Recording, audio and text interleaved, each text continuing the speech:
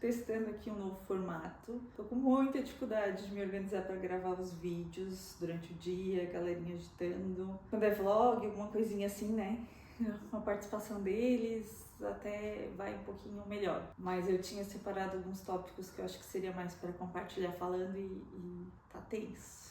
Tá difícil. E aí então fizemos um pequeno investimento aqui para tentar melhorar um pouquinho a iluminação, o áudio para gravar à noite. Vamos ver se vai dar certo. Mas vamos ao assunto que é sinais de autismo em bebês. E aí vou compartilhar, na verdade, um pouco da minha experiência com os meus bebês. Tudo bem? Tá, por que tu parou? Ah, sei lá, tá aí, tá olhando. Tô olhando, se eu ver alguma coisa errada, te fala. Então, os trigêmeos tiveram um diagnóstico por volta de 2 anos e meio. A gente sabia, a gente percebia assim que tinha algo errado ali por volta de 1 ano e meio, mas recebemos a famosa frase, né, do pediatra de que cada criança tem seu tempo, espera, mãe de primeira viagem, com as neuras, enfim. Mas depois que a gente foi, né, estudando um pouco sobre o autismo, observando eles com mais intencionalidade, a gente começou a perceber que desde muito cedo, desde meses de vida, eles realmente já davam sinais. Se fala muito de um dos sinais, né, que crianças com autismo dão enquanto bebês, contato visual, esse compartilhar o momento durante a amamentação. Mas eu sei que, assim como eu, muitas mães não conseguiram, não tiveram o privilégio de amamentar.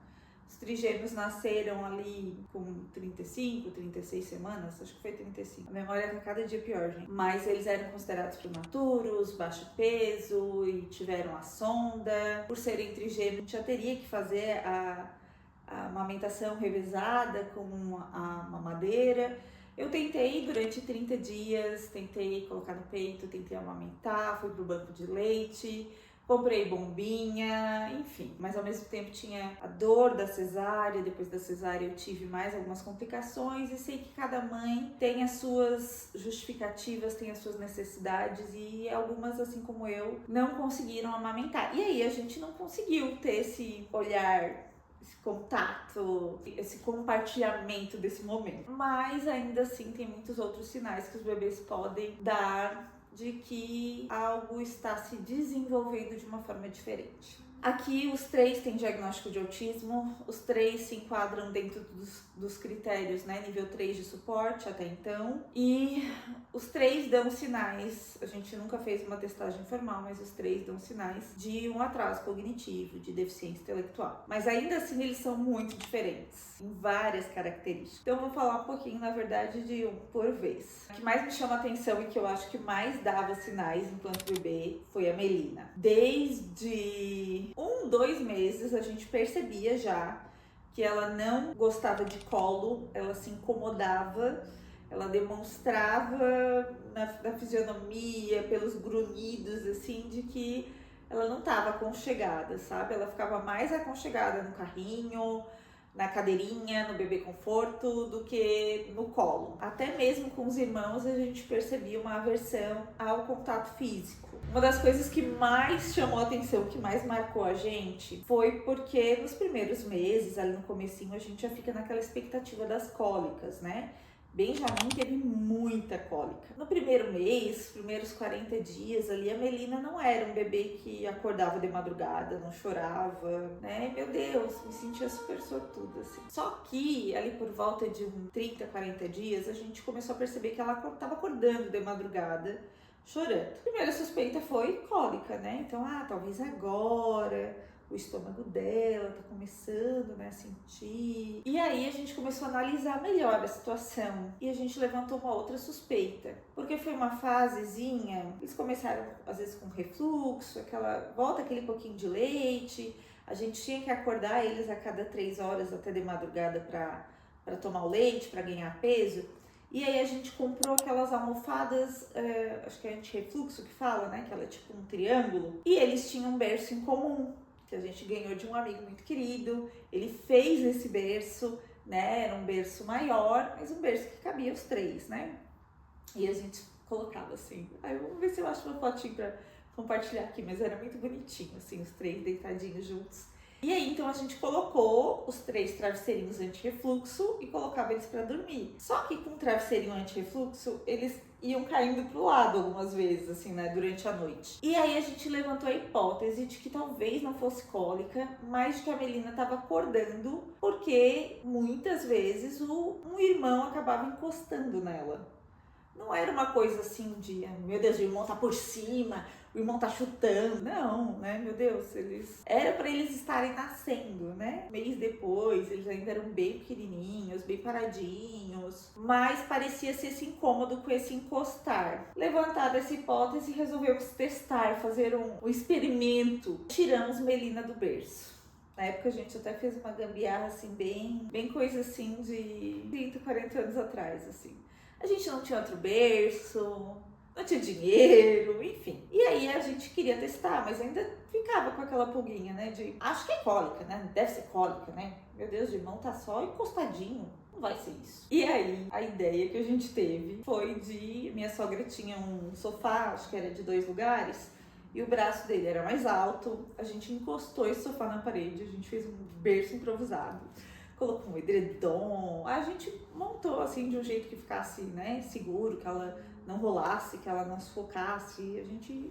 Eu nem lembro direito tudo que a gente fez, mas a gente tomou alguns cuidados. Eu sou um pouquinho neuro, mas a minha sogra é extremamente preocupada e a gente fez uma tarefa em conjunto nessa época. Eu, meu marido, minha sogra, meu sogro. Fizemos o teste 3, 5 dias, eu acho, e batata. Melina não acordou mais de madrugada. Era o irmão encostando. E aí, passando alguns meses, a gente foi vendo alguns outros sinais, assim, né? Melina era mais hipotônica, ela custou a sustentar o pescocinho, custou a sentar. A gente percebia também que ela tinha uma reação, assim, meio sensorial, a mudança de iluminação, quando a gente apagava e acendia luzes, ela regalava o olho, assim, de um jeito bem engraçado, até meio estranho. Um padrão diferente, assim, os comportamentos um pouquinho estranhos. Mas, no fim, a gente sempre acabava justificando, né? Que, é porque ela é a única mulher. Enfim, a gente sempre achava uma justificativa, uma brincadeira e contornava aquilo que parecia ser um sinal de alerta e que era um sinal de alerta, né?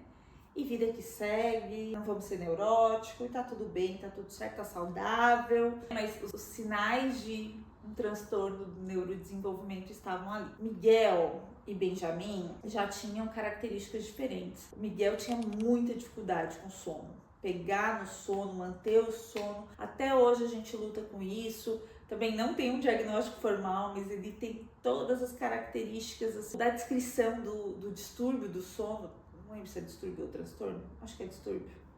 Não sei se vai prestar eu gravar vídeo meia-noite. Já tô pior do que eu fico normalmente. Mas assim, a ideia é que você tem um bebê na família, você é mãe de primeira viagem, esteja atenta. Acredite no seu instinto. Acredite naquilo que você cisma, naquilo que você observa. Peque pelo excesso, peça avaliação. Existem poucos protocolos para avaliar desenvolvimento desde bebezinho. Mas um deles, vou tentar achar a imagem desse teste, vou colocar aqui. Um deles se chama Bailey. Claro, é um investimento, é um tempo, tem que ser uma profissional que saiba fazer, que realmente tem um curso, uma formação para isso. Se você tem condições, às vezes a gente investe tanta coisa, né? Quer ver quando é um filho de primeira viagem, a gente pensa na decoração do quarto, no papel de parede, no enxoval ali no jogo que vai colocar dentro do berço. Às vezes a criança, poxa, nem dorme no berço. Você recebe visita, todo mundo fica na sala, né? Entra naquele quartinho pra bater uma foto. E às vezes esse investimento alto, se você pensar, planejar e fizer uma testagem, né, de desenvolvimento, isso vai agregar muito mais realmente para o seu bebê e para a sua família. Tem algumas coisinhas que a gente precisa colocar na balança, que a gente quer mãe de primeira viagem, né? A gente é muito influenciada pela rede social, pelas mídias, e realmente consegue despertar na gente esse desejo, né? Desse quarto, desse universo, do carrinho de controle remoto que a gente bota a criança sentada e ele vai andar naquele carrinho. E o laços, que a criança insiste em tirar da cabeça. Aí se a Melina também tinha essa dificuldade sensorial, o chapéuzinho eles nunca aceitaram. Miguel desde cedo também demonstrava bastante aversão a texturas, então areia, grama, realmente essas coisas da natureza. Acho que o Miguel já era uma vibe meio shopping. Mas são sinaizinhos, a gente vai levando pra brincadeira as coisas, né? Mas assim, criança, geralmente ela explora, ela não precisa ser ensinada coisa por coisa. Geralmente o cérebro que tem um desenvolvimento típico, ele tá atento ao meio. Fala muito das telas, né? Então, é porque a TV, é porque o celular. E eu lembro que quando eu tava no começo da descoberta e tinha um pouco dessa neura, né? De tentar achar o que eu fiz errado, aonde que eu errei. Eu pensava muito nisso, porque a gente já usava a TV, botava os desenhos, tentava escolher os desenhos que iam estimular, mas mesmo assim usava a TV, né? Então, senti essa culpa, mas eu fiquei pensando assim, poxa, uma amiga muito próxima, que tem 2 filhos de idades diferentes, eu me lembro, me marcou, a gente conversava e eu percebi que ela liberava, usava bastante também, até porque como a maioria das mães, né, normais, com a vida normal, trabalhava fora, tinha que cozinhar, tinha que lavar roupa, passar roupa, então muitas vezes aquele tempo para a criança não ficar demandando tanta atenção da mãe, né, deixava um pouco na TV. Eu me lembro de observar e conversar com ela que mesmo assistindo o desenho, a criança fazia comentários o tempo todo daquele desenho, ou ia chamar a mãe para ver aquela cena que ela gostava, ou pedia para repetir aquele episódio que tinha chamado a atenção dela, ou aquela cena que ela via na TV, no desenho, ela reproduzia com os brinquedos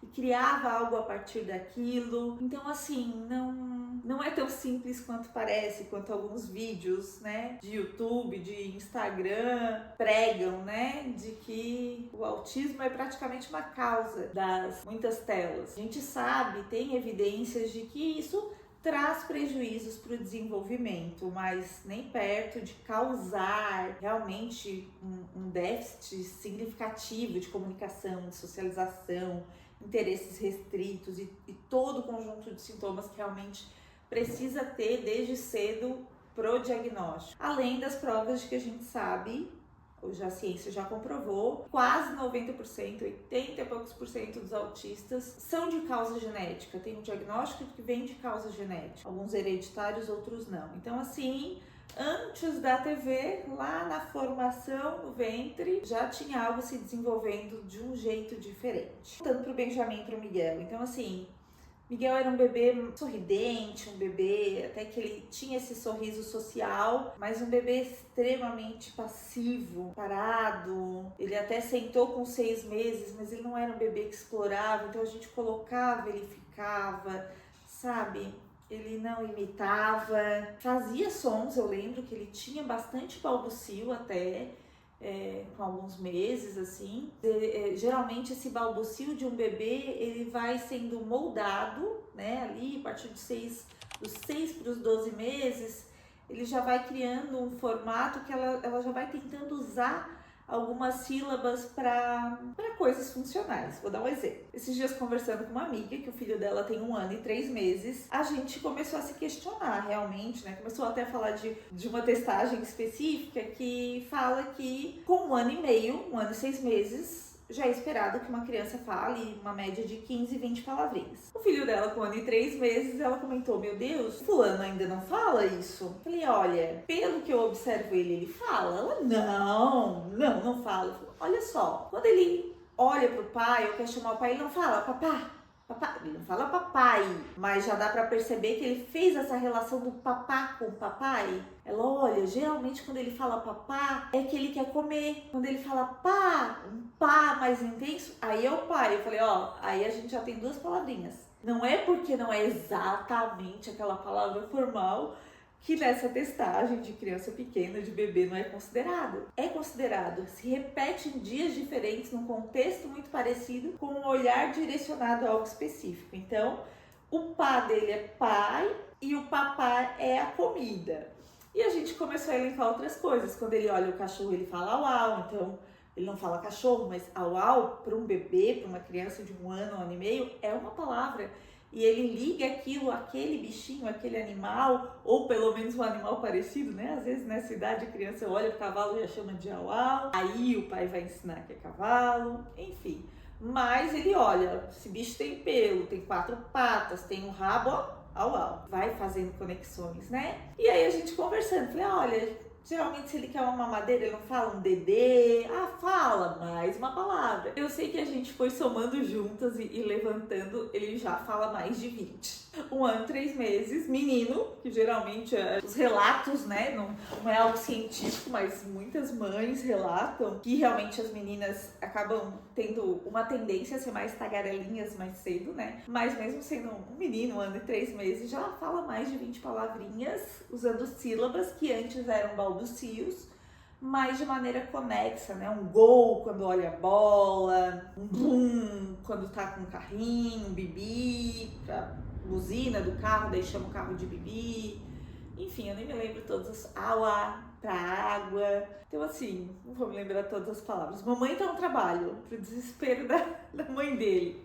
Parece até que faz de propósito, né? Então assim, se você tem algum sinalzinho, eu lembro que hoje olhando pra trás dá esse sentimento de culpa, porque parece que tava na cara, sabe? Benjamin já era extremamente agitado e por isso também não repetia o que a gente falava, não imitava, sabe? Aquela coisa do bebê de faz bichinho, faz cara de brabo, mostra a língua, enfim, o bebê já vai demonstrando essa capacidade de imitação e os trigêmeos desde muito cedo já não apresentavam essas coisas básicas, assim. Desde muito cedo, né, é possível em muitas crianças observar os sinais de autismo ainda enquanto bebês. Esteja atento, se você puder investir numa avaliação, eu geralmente acho que é psicóloga, não lembro se o Bailey, psicopedagoga, pode aplicar, mas eu acho que sim. Vou dar uma pesquisada e escrevo aqui, que tem alguns testes que são de profissões específicas. Então, assim, não foque nas aparências, naquilo. Se você puder comprar um carrinho de segunda mão, roupinhas de segunda mão, investir, né, nesse acompanhamento, pode ter certeza que o seu primeiro ano, né, com seu filho vai ser muito mais tranquilo, você vai ter muito menos neuras e você vai ter uma evidência, né, sinais de que realmente, um documento até mesmo, né, um relatório, um laudo de avaliação de que ele está se desenvolvendo dentro do esperado mesmo ainda enquanto bebê. E se por acaso isso não acontecer, se por acaso a testagem mostrar que realmente há sinais de atraso, você vai estar tendo a possibilidade maravilhosa, quase que inédita para as mães do Brasil, né? De estar pensando em como estimular, mudar esse cenário, em como ensinar as habilidades de maneira mais estruturada, planejada, porque isso é possível, porque o ser humano ele aprende sempre. Porque cada cérebro, mesmo que atípico, tem caminhos de aprendizagem e quanto antes isso for feito, mais probabilidade tem disso dar certo. A expectativa de futuro é muito melhor. Então, acho que era isso que eu tinha para compartilhar hoje. Se você gostou, curte, compartilhe esse vídeo com quem tá, sua amiga aí que tá planejando uma gestação ou que já tem um bebê. E se inscreve no canal se você ainda não é inscrito. Estamos aqui na torcida para chegar em 1000. Tá quase. Ajuda a gente aí. E até o próximo.